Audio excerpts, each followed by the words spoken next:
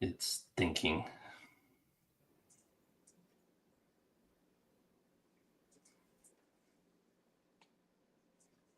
Tell me if it says go live on your side, because says You're live. Says we're cool. live. Mine's Says we're still wrong. thinking. All right, I got the Walmart internet today. So welcome in, college football backers. We are here for another show, merit-based model, top 12 ranking. Are you guys ready to just dive into it? Do we just bring it up and go? Let's do it. This model developed by none other than Brian Buckeye Stats for college football backers. This is awesome, man. It has been so good. It's been working pretty much right on point, right? Yeah, we've had a couple little hiccups here and there, but Yeah. I'd like to say that some of the errors that we've had have been human based, like with the Texas A&M hiccup this weekend. I think we were spot on with points with Texas A&M, but South Carolina, I think we're given a couple points, but sure. I think that was for, TikTok. I'll call that a TikTok phenomenon with maybe Texas A&M falling asleep at the wheel with defense, with some Marcel chants and chills this week. But all in all, I think we've done pretty well with I think Oregon and what was it? Oregon and who did they play this week? Oh my gosh. Who did Oregon. Why don't I know this? Was it Minnesota? Was it Minnesota? Minnesota? Yeah. Oregon and Minnesota Friday. Yeah. That was almost spot on. The Northwestern Michigan game was almost spot on. Of course, our Ohio State game was almost spot on. The Florida game. I tell you what, we didn't get that. We didn't get that one, but if the game stopped at halftime, we would have been spot on. Dang. But I think we've done pretty well. This model's growing. This model's starting to be noticed. Oh yeah. A lot of people are tuning in. A lot of people are commenting. What's really interesting? Maybe it isn't from your perspective down south in the bayou, but from our perspective up here north of the Mason-Dixon, it is the Ohio State-Michigan game. You already projected that. Comments galore already, man. There's so much of they're dissecting everything that has to go into that, like time of possession, turnovers. Like, hold your horses. It's going to be updated in a week. So the more data that goes into this, the better the model gets. Right. Yeah, we'll definitely update it after the Rutgers game. It's already projected with Haynes out. I know there's some talk about if JJ and Carnell is going to be out. Right now, it's not projected for that. But if they are, Justice is day to day. He's listed day to day. All right, as like I said, Baghdad Bob. I don't believe it. But...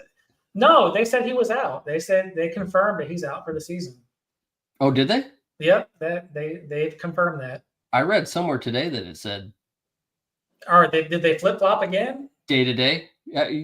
This is like because Coach Moore said last week during I think the Monday Tuesday press conference that he was day to day, but he couldn't do it with a straight face. And that's when I did if you're familiar with 2003 Iraq invasion, Baghdad Bob was saying that we killed the Americans and they left, and so that I had the side by side of Sharon Moore and Baghdad Bob because Justice Haynes just had foot surgery and has screws. I mean, he was not coming back this season.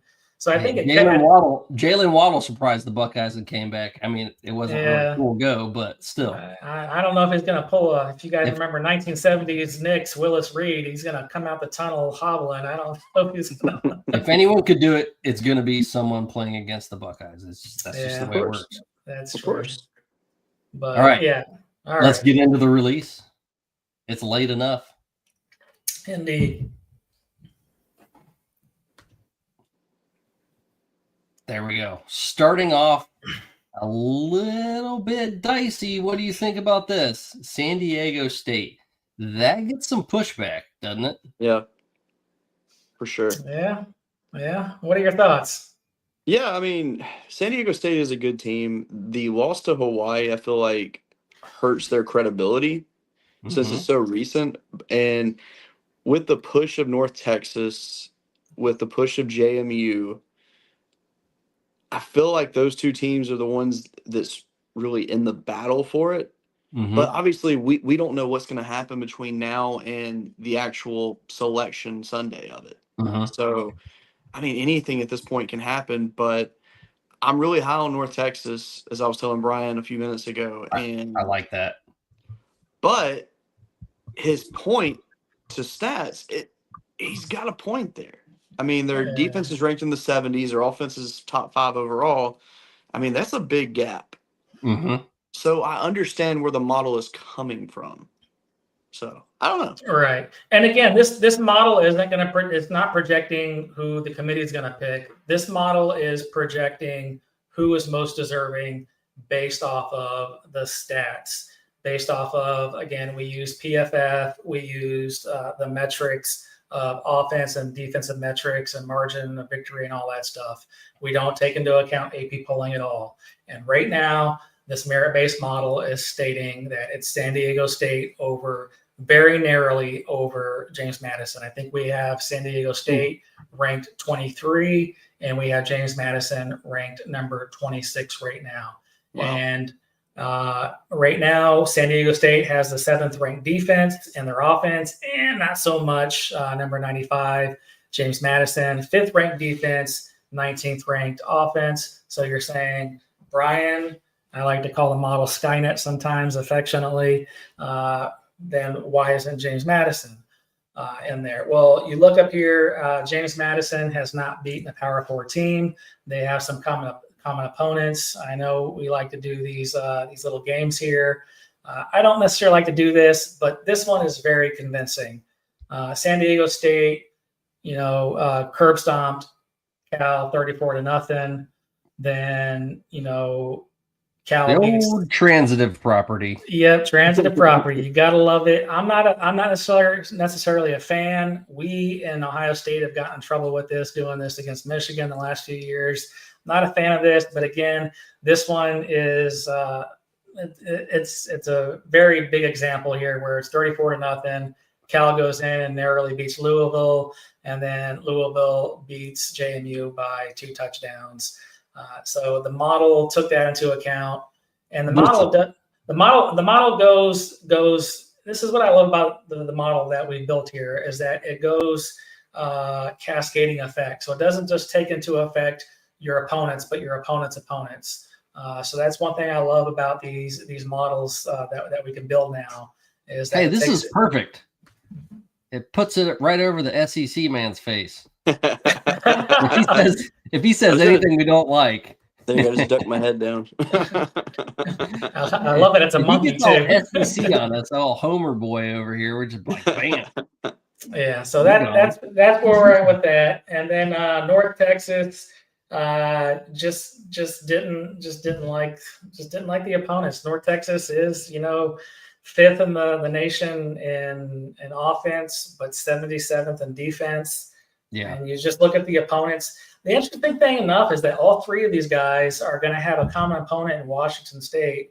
North Texas did beat Washington State very convincingly, but the rest of their opponents just not very. The model just didn't like them very much. So that's where we're at with number 12. When you have a transitive property, this is the ultimate time to use it, though, in my eyes. Like if there's nothing else to get that metric, this is where you go.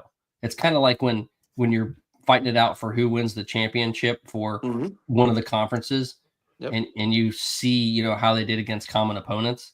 Transitive property, really. Yeah. So, I mean, if you're trying to grade out differences and it's splitting hairs, that's where it works.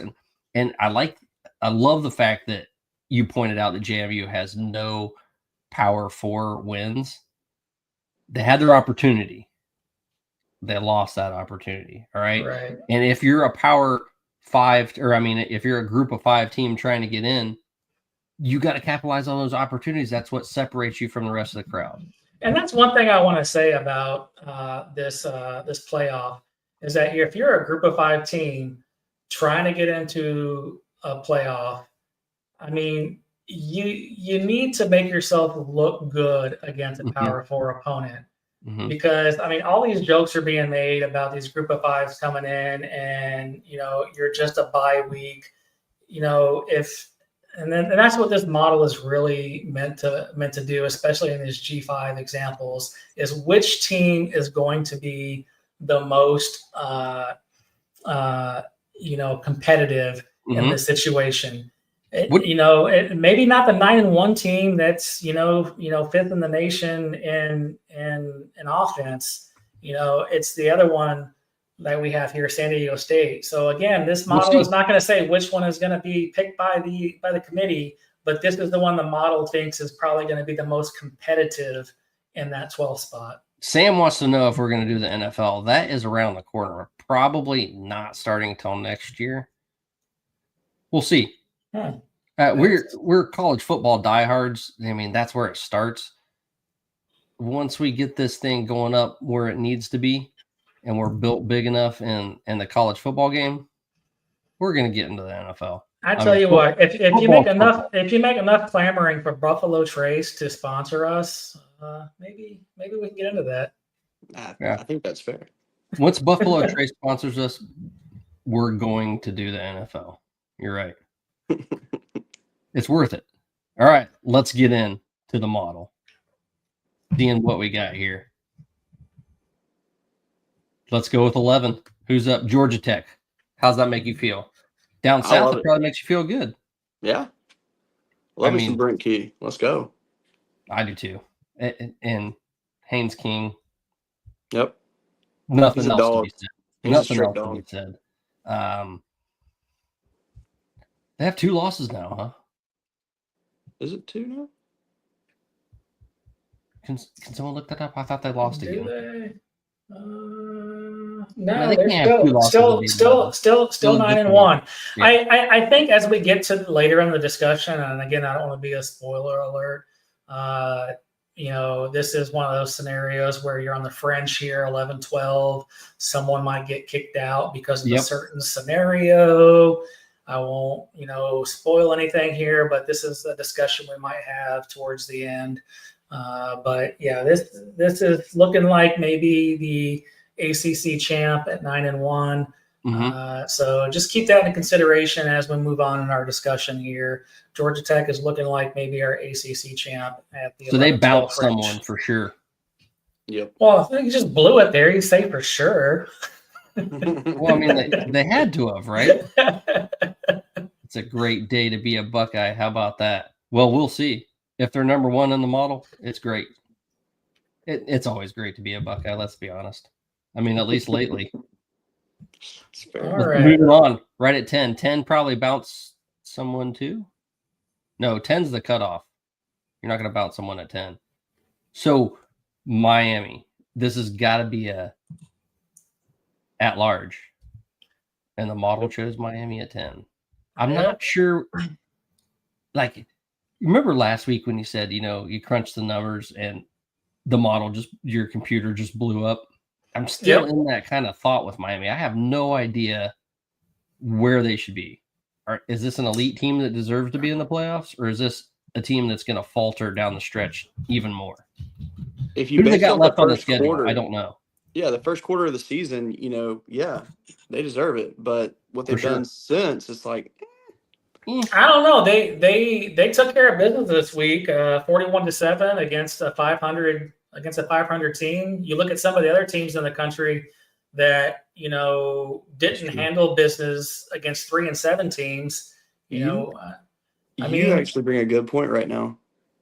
Now think about it. So they beat NC State. NC State has played spoiler. They have 2 really good wins. Don't have them on the top of my head right now. The model probably likes that. Now that I think about it, that makes a lot of sense. Yeah, I mean, and you look at some of the other teams. I won't mention any names. Texas A&M. But I'm just saying, 31-30, it had to come back 30-3, and that's a 3-7 team now that they had to come back to win. And that's how you win a Heisman. Yeah, apparently. So NC State, beat Georgia Tech. Yep. They beat Campbell. So if Ohio State has to come back from behind to beat Rutgers this week. And Julian saying has 3 interceptions in the first half and then does a game-winning drive to win it against Rutgers. Are people going to be saying the same thing? I don't think so. If he does it with his legs, yes. Right. NC State also beat Virginia. That's right. So NC State beat Georgia Tech and Virginia. So to your point, like Miami, had its bumps and bruises, but maybe they're coming back around. The model appreciated that. Plus, I mean, the model we instituted the Alabama rule, and I'm going to stick with that moniker. They beat Notre Dame. So until they get another loss, they have the same number of losses as Notre Dame. They're going to get the benefit of the doubt, and they're going to be in front of Notre Dame until then. That's true. I mean, Notre Dame got another quality win this weekend, though. Yeah, but I mean, until then, this is the double standard that I just don't like, and this is how we built the model. If you're going to allow teams like Alabama to be ahead of other teams because they have the head-to-head win, should that rule not apply to everybody else? Why does that rule apply just to one team and not everybody else? It applies to everyone. Yeah, absolutely. Yeah, the problem is once you get in the thick of the weeds like this time of the year, then you have multiple cases where this team beat this team and this team beat this team, and then it doesn't really work like that transitive property. Yeah, but again, Miami has the same number of losses as Notre Dame now, and they handled a 5-5 team 41-7. They're taking care of their business. So why shouldn't they be ranked above Notre Dame? So I don't know. That's the story, and we're sticking to it. Oh, Bowser's back. Hey, Mike, you missed the show. You were clamoring for Notre Dame last week or 2 weeks ago. And then last week they were on, man. They were rated. So did Miami pass them up? We're about to see here. Because they would have to be, Notre Dame would have to be 8 or 9, right? Yeah. Well, according to the Alabama rule, if you're following along in your clip notes, if Notre Dame was in, they'd be in by now, right? Ooh. Fair. Had to work. That's no excuse. You were out swinging golf clubs somewhere. I know it. Don't you lie to me, boy. All right. All right. Moving right along. 9. Number 9. Who do we got? Notre Dame. Just for Mike. Mike. Absolutely hate this. This one hurt me. This one hurt me. I fought with the model so much. I did not want this. If you follow me at all, I do not like Alabama at all. Not one iota, but I'm unbiased when it comes to the model. And so Alabama, does that mean Oklahoma's out even though they beat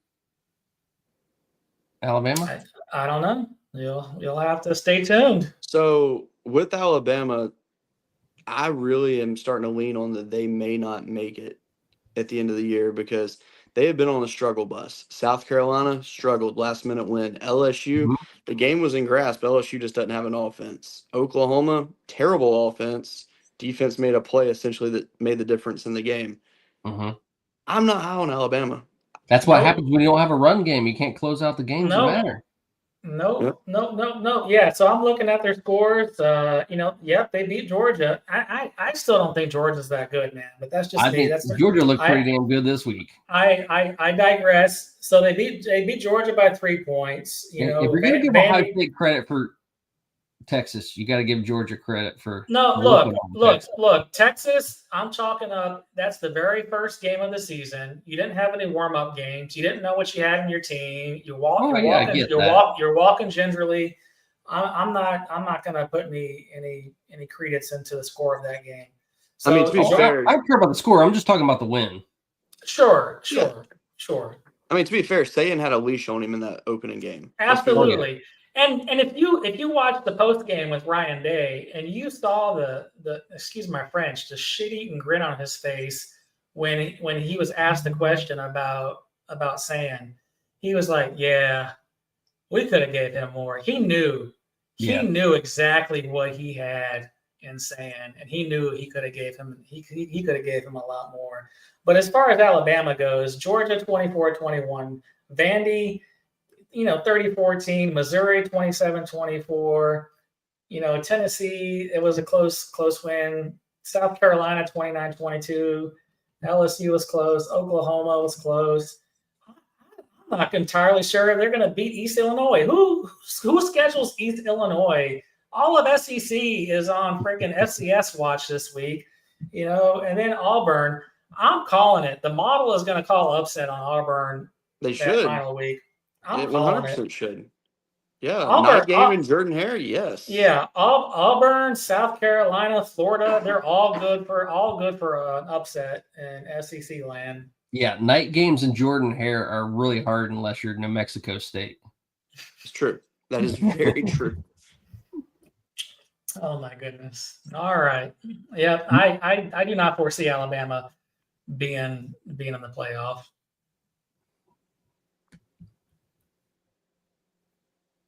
Eight. Let's see it. OU. All right, so that Alabama rule stuck. Yep. Also, poor OU. I feel bad for them, actually. So here's the thing. OU has 4 SEC home games this season, 0 night games. And to close out their schedule, they have Alabama, Missouri, LSU. 3 defenses you do not want to go against when your offense is struggling. No. Especially when the running back from Missouri just ran for 300 yards last week. Jeez. I mean, this is the most terrible position a team can be in. Now, will Hardy run for 300 against OU? No. OU, honestly, outside of Justice Haynes' 75-yard run against them, they have not been beat on the ground. Their rushing defense is solid. But their offense is doing nothing. I mean, you look at it, they literally had essentially about half the yards Alabama had in the game. Mm-hmm. They just did enough to win the game. I'm not so confident they went out, to say the least. Mateer, you said they have LSU, Missouri, and who else? Just Missouri. Yeah, Missouri this weekend, then LSU, and that's their final game. Oh, yeah. Okay. Yeah, I mean, they could lose one of those games, but I would imagine. Well, we did the model. Oh, yeah. The model said Missouri was going to win. They did take Missouri, didn't they? Yes, it did. That's interesting. Now, that's going to knock them out of the playoffs. Oh, Oklahoma's 100% eliminated if they lose. Yeah. Who makes it to the SEC championship game? Right now, it's looking Georgia. like Alabama would need one more loss guaranteed to be out. Ole Miss, Georgia, Texas A&M are your 3 that are really just hovering around with Alabama right now. Well, A&M is in right now. As of now, yes. They're undefeated. Then you got 1 loss Georgia and 1 loss Ole Miss right now. Georgia wins that head-to-head battle. Yeah, you got Georgia. You got Georgia, Ole Miss, and Alabama, each with 1 loss in the conference, and Aggies are undefeated in the conference. Georgia, Ole Miss, and Alabama. So if they all went out, they all went out. Oh, Georgia and Ole Miss. It'd be between Georgia and Ole Miss. No, Alabama. Alabama would get the nod. Alabama gets the nod if everybody wins out because Alabama beat Georgia, and Georgia beat Ole Miss. So how would that? It's a 3-way tie. Why would Ole Miss get screwed? Because they lost to Georgia, who lost to Alabama. Common opponent. Yeah, and none of them play each other. And then A&M. Yeah. If A&M loses to Texas, that even makes it even more complicated. Do they flip a coin? Does it get down to that? If I'm not mistaken, I think it gets to something weird like that. Actually. Yeah, it's like the 6th tiebreaker. Yeah, it's absolutely ridiculous. But I mean, if A&M loses to Texas, that would mean because they didn't play Georgia, they didn't play Ole Miss, they didn't play Alabama, but Texas lost to Georgia. So Georgia's in, and then by default, it would be Alabama, Georgia for the SEC championship. That is not what I want to see. No, not at Texas A&M, you got to run the table. Who does Texas A&M have left? Texas and who do they play this week? I'm not sure who they play off the top of my Texas. head. Eastern Illinois State. They play Samford. Oh God! And Samford just fired their coach too, and they're terrible. That could be a good one. Good matchup. That should be a good matchup. Mateer's not top tier. I like that. Dude, he was good before he got hurt. We'll see. That's true. And maybe he'll bounce back after that. Moving right along, number 7, drum roll, please. Who are we going to get? Oregon. I like them at 7. Oregon's one of those teams that's just quietly there. You know what I mean? It's like no one's talking about them. But they have a lot of really injuries. sure what they got. Yeah. But they definitely have the talent to climb up there real quick. Yeah, struggle at Penn State. A lot of injuries going on right now on the offensive side of the ball. I mean, it's a tough spot for them. But, I mean, they're still winning, so you can't really penalize them too much. Loss at home to Indiana, who's possibly the second-ranked team, possibly the first-ranked team. We'll see. Yeah. Like you said, I mean, Oregon, though, is quietly doing it. Right now, you don't really think about Oregon's defense when you think about them. Right now, they got the 3rd ranked defense and the 11th ranked offense. And the thing that I like about this Oregon team this year that normally you don't have with Oregon is they are tested. Like they have a loss, kind of like us last year. They have a loss, and it was a gutsy, close loss, 30-20 to a great Indiana team. And then they played Iowa close. I mean, that sometimes you need those close wins. Like you pulled it out. Does that mean they're going to be really good if they lose to Washington and they're going to run the table? So they beat, I think, a good Minnesota team. I still think Minnesota's a good team. I think they're solid. Yeah. They beat them 42-13. And so this weekend, is it this weekend? This weekend, the 22nd? Yeah. Georgia Tech is overrated. This weekend they play USC, so I think that'll be a good game. Ooh. That'll be a good indicator for them to see kind of where they at. But I think quietly, quietly. Who do they play this weekend? USC. Oh yeah, that's right. Man, they got a tough schedule. Yeah, very quietly. Oregon's kind of put together a very solid season, and I think people are just kind of and that's kind of a playing game for USC too. They win that, they're up in this conversation. Yeah, it's true. That's gonna be an interesting. That's a game to watch for sure. So don't sleep on Oregon, man. Where is BYU? That's what I want to know. Where's Texas A&M or Texas Tech? What do you think Georgia Tech's overrated? Yeah. Do I think Georgia Tech's overrated? Yeah. Not only but fuck yeah. But we had to put an ACC champ in there. They're a terrible first half team. They've got their defense is ranked 105 out of 136 teams. Oof. My goodness. Yeah, that's pretty low. But once you get in the triple digit. But they counterbalance that with the number 1 offense. So that's for something, right? I mean, yeah, Georgia Tech versus Georgia will be a fun game, though. That's going to be fun to watch. Oh, my cow. We got some big games coming. Yeah. We got some huge games coming. This college football is so awesome. This is why we don't do the NFL, because college football is so much more fun. Dude, the pageantry. I was just talking about that with someone who doesn't understand college football. I was like, it's kind of a beautiful thing. Like if you go to games and you watch the band and they're like, oh yeah, that makes sense. And I'm like, and then you see like the mascot and you see the traditions that all these different stadiums have and the fan bases have and the tailgating and I've been born and raised into this my whole life. Like this stuff it's quintessential. It's American. Like if you don't like college football, you're not an American. Get out of here. It's true. And then the drama, like there's drama, like James Franklin today. going like I was born and raised in, well, not born and raised, but I kind of grew up in Southwest Virginia. This is a good topic. So the whole Virginia Tech thing, like Virginia Tech was my first college football love.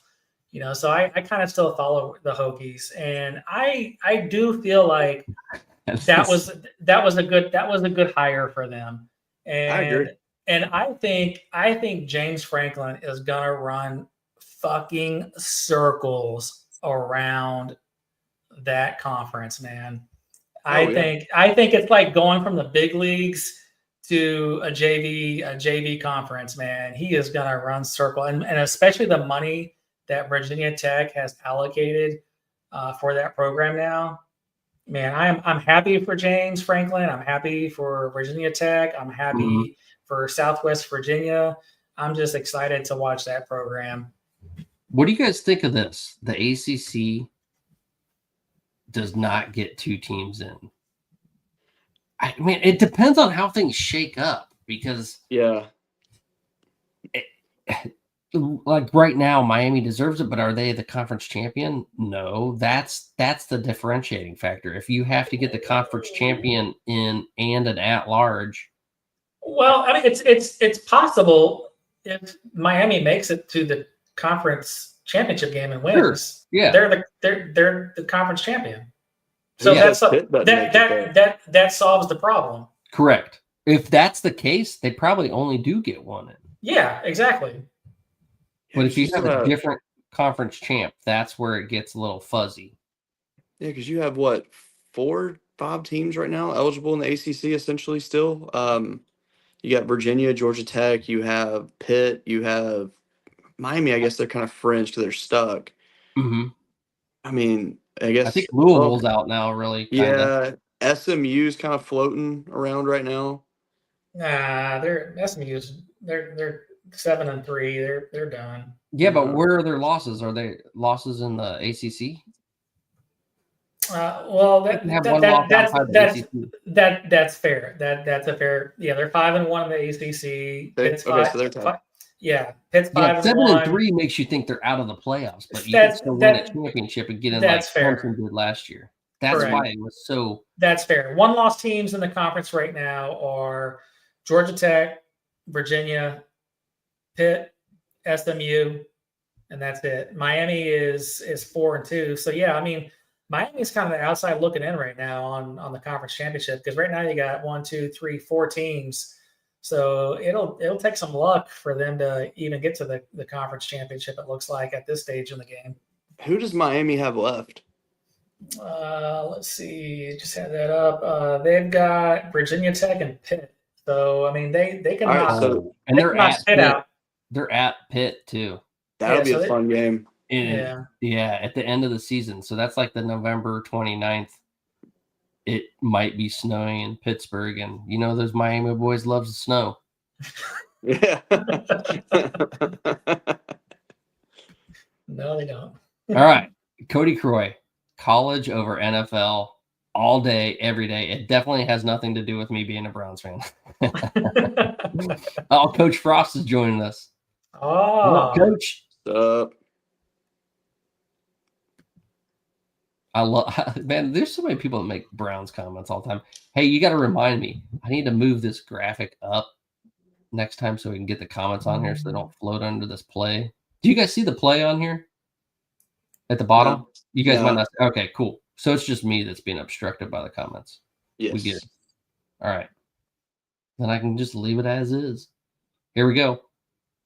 Number 6. Georgia. The Dogs.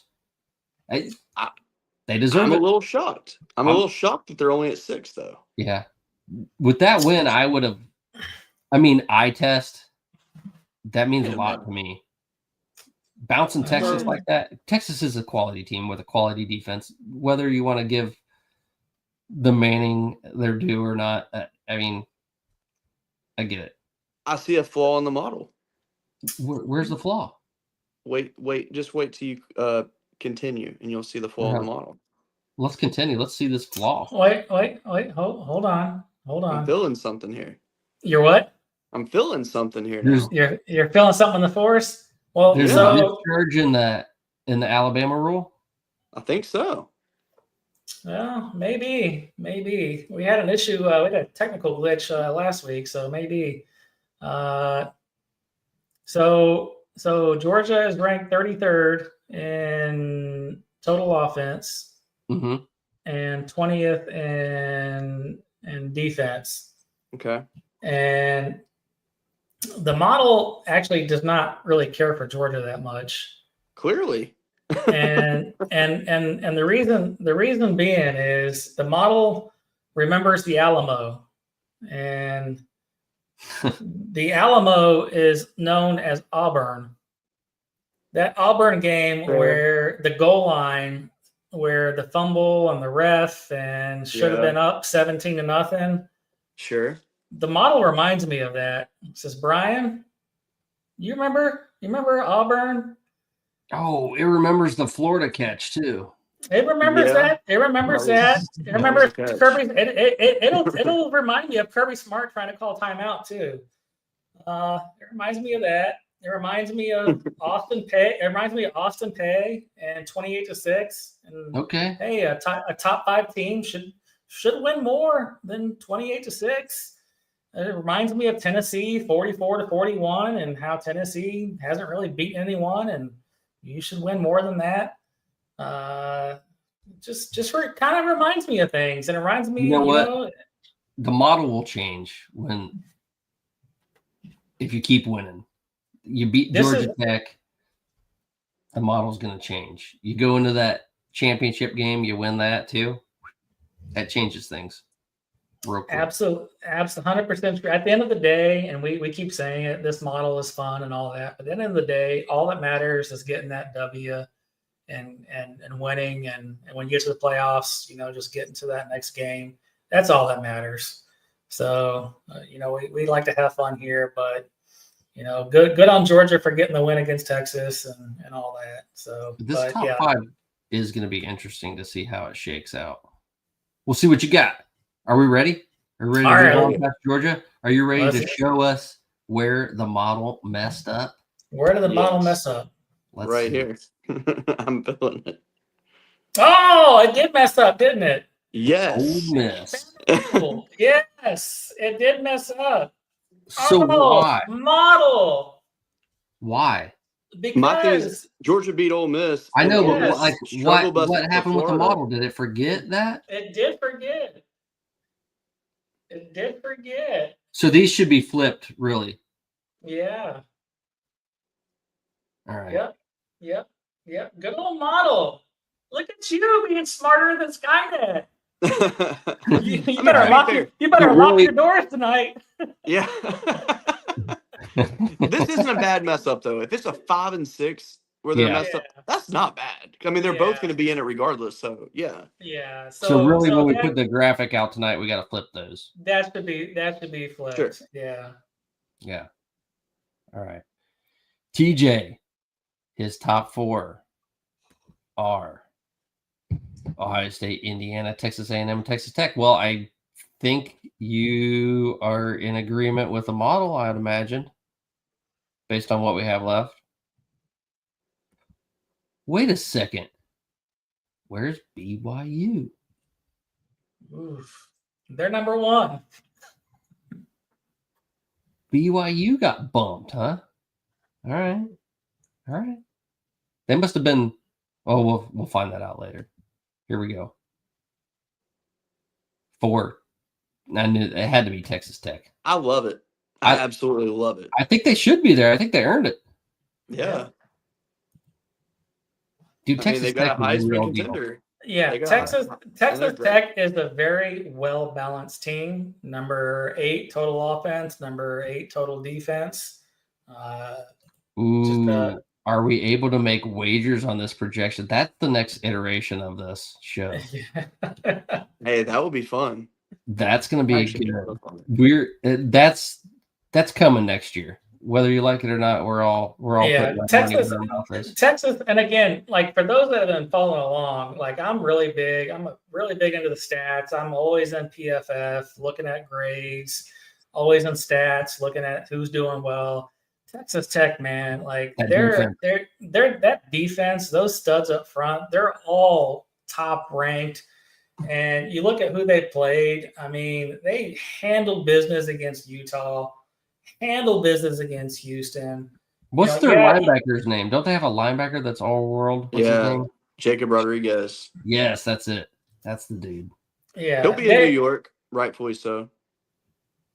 I mean, is there enough room with all the Ohio State players that are going to be on the stage? You gotta throw a defensive guy in there. I mean, Caleb Downs will always be a defensive guy in there. I mean, if you're really talking the best players at college football, why wouldn't there be one defensive player? Yeah. Hey, he has an offensive touchdown too. He needs more. Dude, if you want him to get Heisman, you got to set it up. Get him some more touchdowns. Dude, just run him at fullback. I don't give a shit what you do. That's pretty much what they did. The guy who got Heisman last year got it because of snaps, right? So get this guy some more snaps on offense and defense. Heck yeah. I'll always say this. He did not deserve the Heisman last year. I'm sorry. Oh, I think he did. Hot take. It's very hot take. I just never was a Travis Hunter guy. Yeah. Nothing against the kid though. You have to be a Travis Hunter, dude. But Model loves Texas Tech. Texas Tech defense crushed Utah at Utah. Yeah.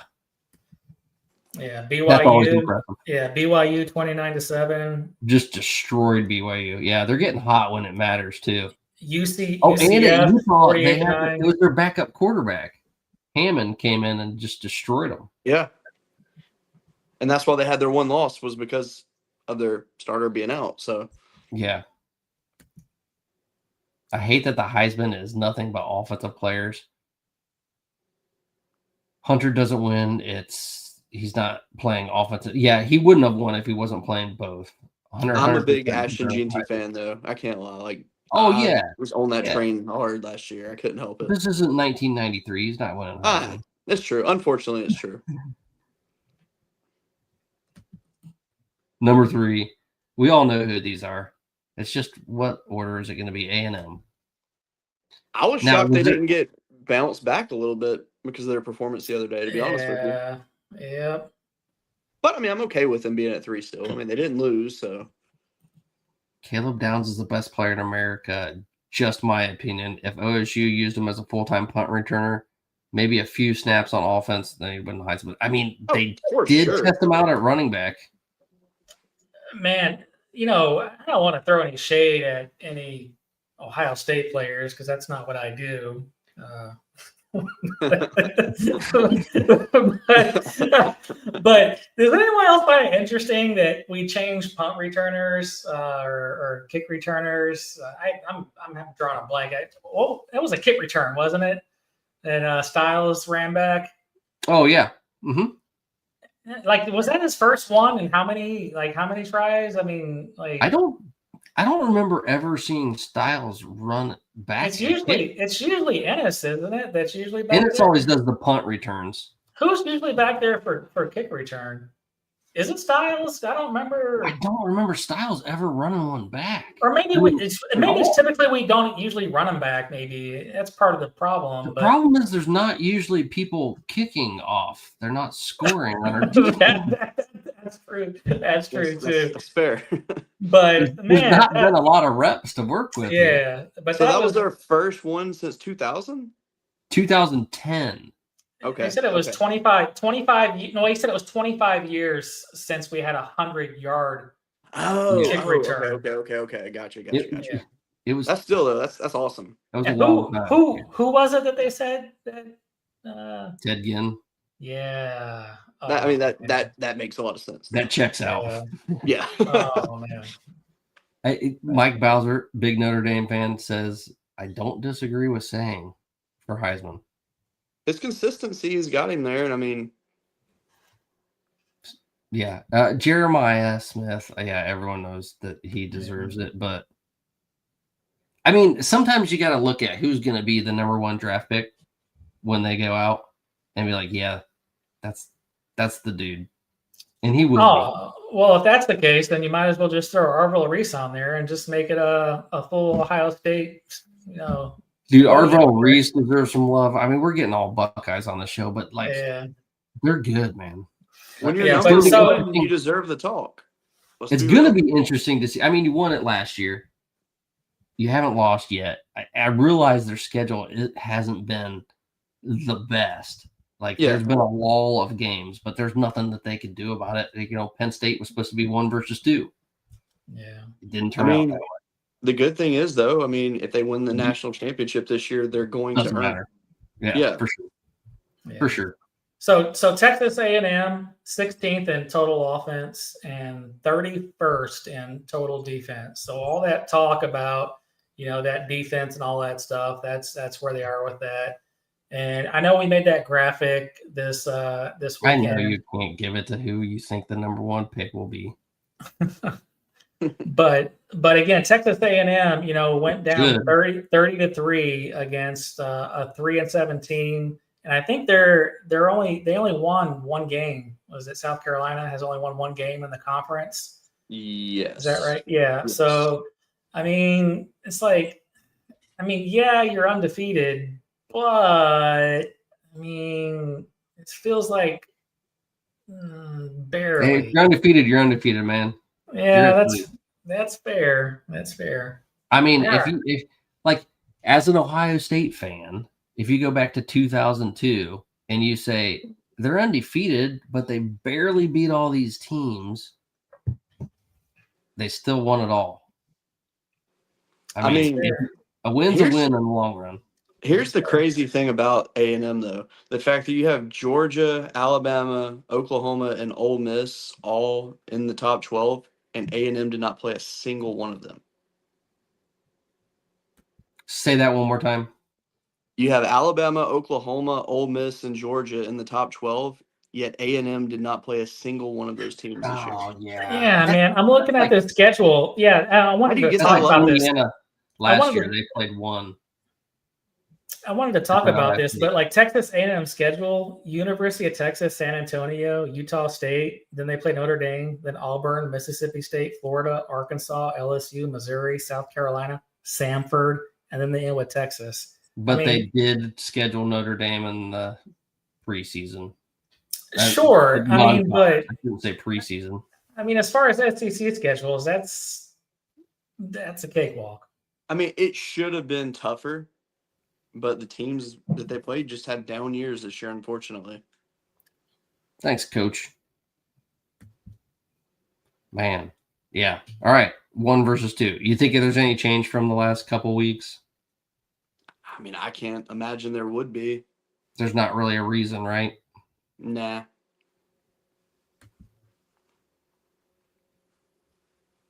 The Hoosiers, which are now Buffaloes. Don't know why. But they used to be Buffaloes. They got rid of the Buffalo. The Buffalo's back. No one knows what a Hoosier is, so it's good to have a Buffalo. I like it. Oh, Buffalo Trace could have sponsored the number 2 selection tonight. There you go. Shame. There you go. They totally missed the boat on that. I will say this, that when number 2 selection brought to you by Buffalo Trace. When we were doing the model this week, the model did for a moment push Indiana ahead of Ohio State. The model has a Buckeye bias. No, not at all. There is no bias. I will say that Indiana is nipping at the heels. Okay. They're a good team. There's no question. There's no question about that. There are some flaws. Sure. Total offense 9 and total defense 4. I did post something earlier that I did want to bring up about Indiana. So Ohio State's total offense.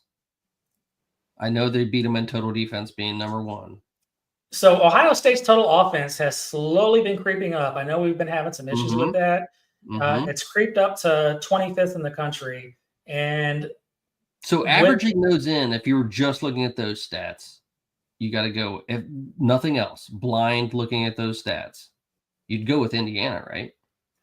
Not necessarily, because because the total offense is based off of total yards per game, and part of that is in total defenses is pace of play, right? Mm-hmm. Yes, but I'm saying, looking at that on paper, you see nothing else. You know nothing about these teams. Yeah, you know nothing if about if all you're gonna do is look at that, you'll be like, oh yeah, that's the best team. But this model doesn't just do that. This model takes in. Wait. You know what? Hey, hold on. We got to stop. I missed something. I didn't see this. Oh yeah, that's what I needed to see. All right, good. Just wanted to make sure. What's that? I had to put Ohio State up there, man. I should have trolled you and put BYU on the graphic at number 1 or Notre Dame, one of the two. Notre Dame. So something I wanted to bring up, and I just put it in the studio chat. I don't know if you're able to bring it up. There's a little chink in the armor for Indiana, and it's run game. People want to talk about Indiana being ranked pretty high in its run game.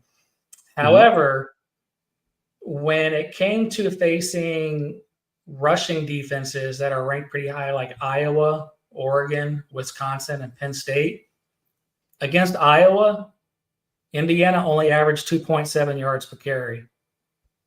Against Oregon, they only averaged 3 yards per carry. Against Wisconsin, they only averaged 2.2 yards per carry. And against Penn State, they only averaged 3.5 yards per carry. Sounds right. So I mean, while they are averaging, I think they're doing pretty good total. Let me look it up.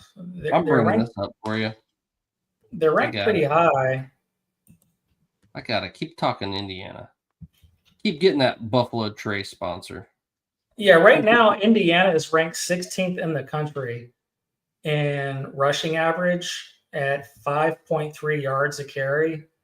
But they got all those yards against ODU, Kennesaw State, Indiana State, UCLA, which is ranked 123rd in the nation, Maryland, which is ranked 105 in the nation.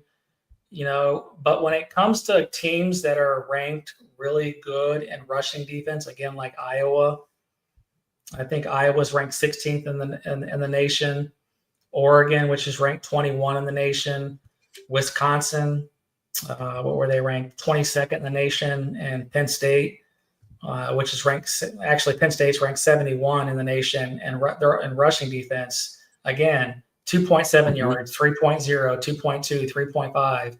And, you know, they just haven't done very well. So they want to be boastful about their rushing offense. I think we saw Mendoza, what was it, a week or two ago when he was at the post conference. It's a little late now, but we got this for the visual.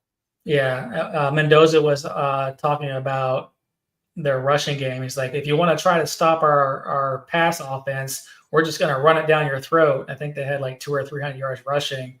It's like, well, yeah, but how do you stack up against the best of the best? Right. And I think I say we, this is a college football backers. We're supposed to be unbiased here, but you know, if you want to see it all, like, look, you talked about it already, but Old Dominion, you get 159 yards.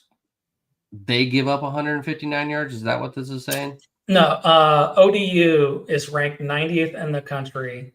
They give up 159. That's what ODU gives up. Yeah, that makes sense. That checks out. They give up 159 yards a game. So that's what the teams give up per game. So what this is showing you is Indiana against good teams, good rushing defenses. They only averaged 2.7 yards a carry against Iowa, 3 against Oregon. I know you went through this, but Wisconsin 2.2, Penn State 3.5. That means a lot when it comes down to facing a team like Ohio State in the Big Ten championship game. What is Ohio State's rushing defense? Where do they sit? Rushing defense. I think we're number 1 in the country. They got to be number 1. I mean, I would think they would be. No, we're number 5 in total Okay. rushing defense, and Okay. we're number 8 in rushing average. We only allow 2.8 yards per carry. Play. Love the underestimation of Georgia. That always ends well for teams. Yeah, it does for every team. I mean, that's why we were talking about Oregon earlier too. Like, they're sneaky being up there, man. I really think that there's a chance that Oregon could peak at the right moment or completely change if they lose to Washington and run the table. Sure. Yeah. And that's completely fair. I mean, just because you played poorly at the beginning of the season and should have been down 17-0 against Auburn, that doesn't mean that wasn't a polarizing moment for your team and that brought you together. Really could probably say the same thing about OSU's rushing offense, how they stack up against the best. That's a graphic. That's something to dive into tonight. I was going to actually ask you, how many carries a game, just off the top of your head, do you think Bo Jackson averages right now? Carries per game? Yeah. 15 or less. Okay. They've gotten increasingly more. He had the most snaps he had. This weekend's going to be different, though. He's probably going to see at least 25 to 30% more carries. You would think. Because they have Peoples coming on and they have Isaiah West coming on strong too. So I think they'll still limit him. He's probably going to get more than he usually does because they're going to run the ball more. Yeah. They're probably going to pass less, I would imagine. You want to get out of this game without injuries, number 1, to your quarterback, number 2, to the timing is just not right with the backups yet, and which I think is good in the long run for this Ohio State team, because if one of those star wide receivers goes out in the stretch run, you're going to need those backups to really step it up. And Bryson Rogers coming on is really good for Ohio State. I don't want this show to be all about Ohio State because this is about all of college football, but just still saying, very relevant. Very relevant, yeah. So, I still don't think you're going to see him carry the ball more than 15 times this weekend against Rutgers. I like what I see out of him. I think he's a very good back. I think he's got a good future ahead of him. Dude, I got to get into this because it was probably the best thing I've seen in a long time. You guys talk whatever you want. I got to pull up some Buckeye stuff and show you this. Oh, you're good. I got to do it. So moving right along, if you want to look up anything, if you want to talk about any other teams, you guys are up. I mean, I don't know. What do you have? Hey, I want to talk to you about what the hell is going on with Lane Kiffin. And I don't know if you saw my post. But like people taking awkward photographs on the tarmac, and it looks like a scene from Narcos. Like, what the hell is this crap? Like, he's got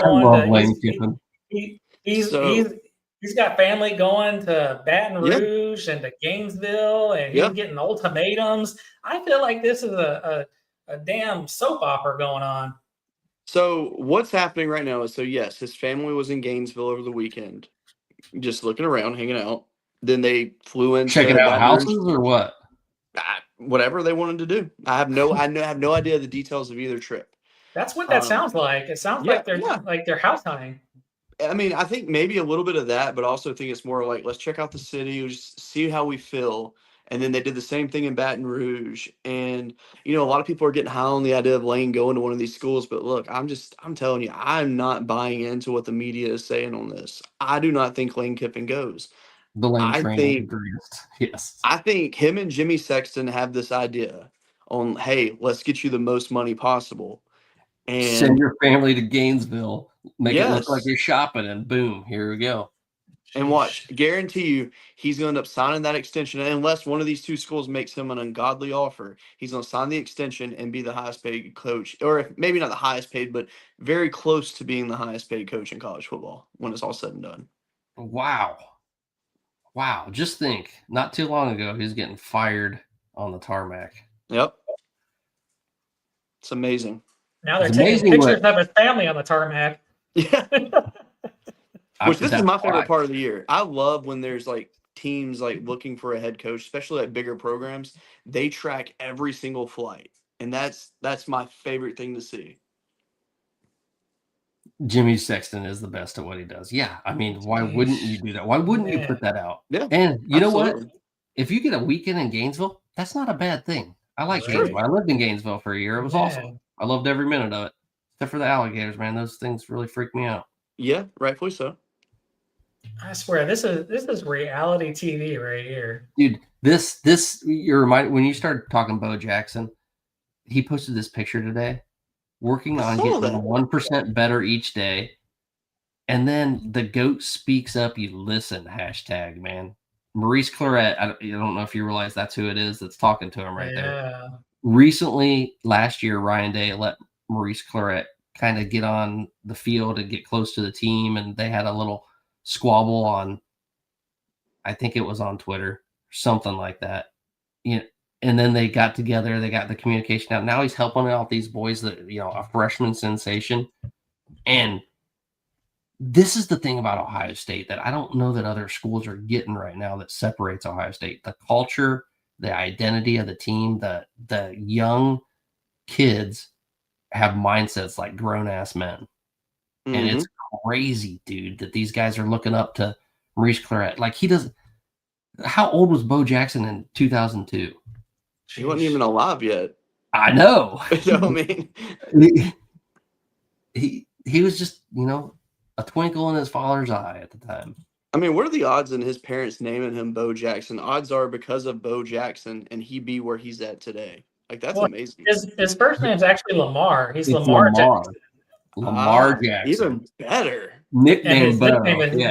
Lamar Bo Jackson? What the hell? God almighty. His dad, he just talked about it not too long ago. His dad was a real big Bo Jackson fan, so he started calling him Bo. I respect it. I love it. Yeah. I respect it too. I have a Bo Jackson jersey at my house. Even better. I love Bo Jackson, man. That's how I started wearing 34 because of the man. I respect that. Where was Bo Jackson born? Born Georgia. in Alabama. Bama. He was born in Bama? Yep. Cleveland, Ohio. Wait, was he? Oh, this Bo Jackson. Yeah. Oh. Yeah, not the Bo not Jackson. The Bo Jackson. Our Bo Jackson. Who's going to be the Bo Jackson? One day, the original Bo Jackson needs to meet this young man. Yeah. Right? He was asked if he got a call from him yet. I hope that happens. Yeah, that'd be cool. Yeah. Bo, reach out to Bo. Come on, man. For sure. Bo knows Bo. Bo knows Bo. Oh, dude, that's awesome. Get those guys a baseball bat and their shoulder pads. That would be a great. Right? Yes. Oh, man, that's cool. That would be a great remake picture. He's got to do that. Absolutely. Oh. He needs that. He needs that now. That needs to be done now. He's 275 yards away from being, I think, the fourth true freshman to rush for 1,000 yards. Yep. That's awesome. That really is. And he hasn't had a lot of carries. He wasn't even the first back for the first, 4 games of the season? That's amazing.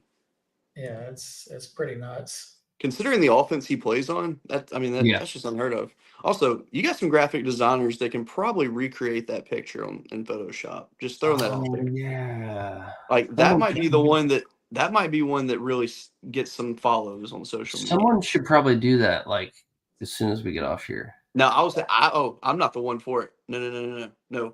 You got some graphic designers that are like 10 times where I could ever be. He's getting on the horn already. Look at that. I think that'd be an awesome image. Keep this conversation going. I got you.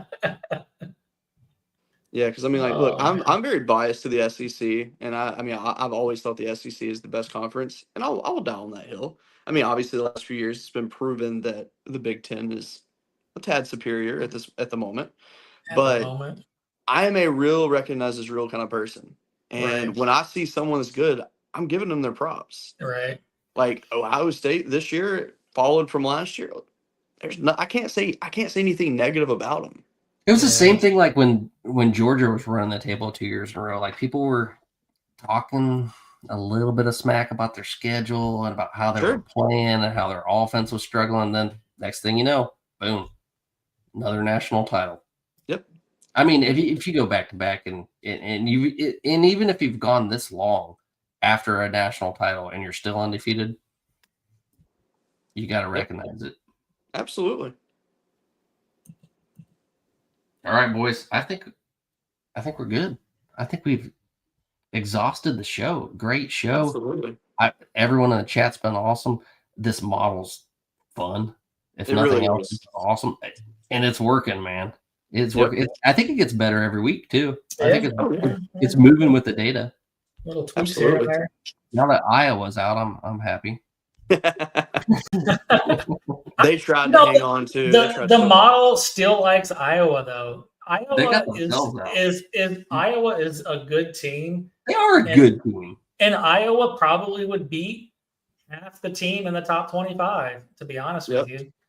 And that's what sucks is that, with 4 losses, I mean, they're out of the top 25, but they would still probably beat, again, half the top 25.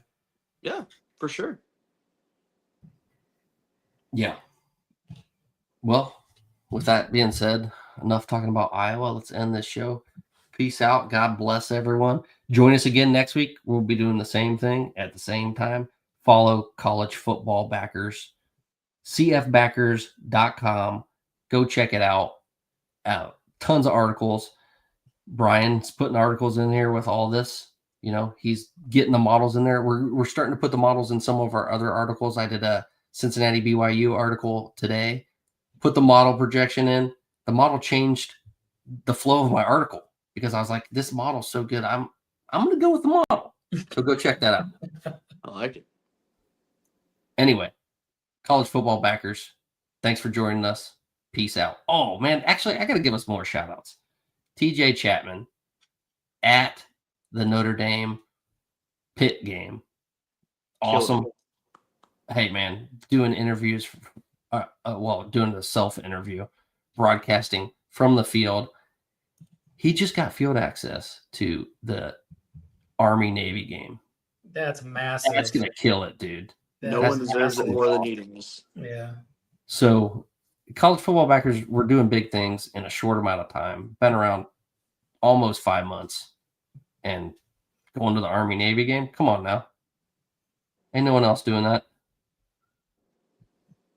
That's all I got to say. Peace out. God bless. Have a good evening. Until next week.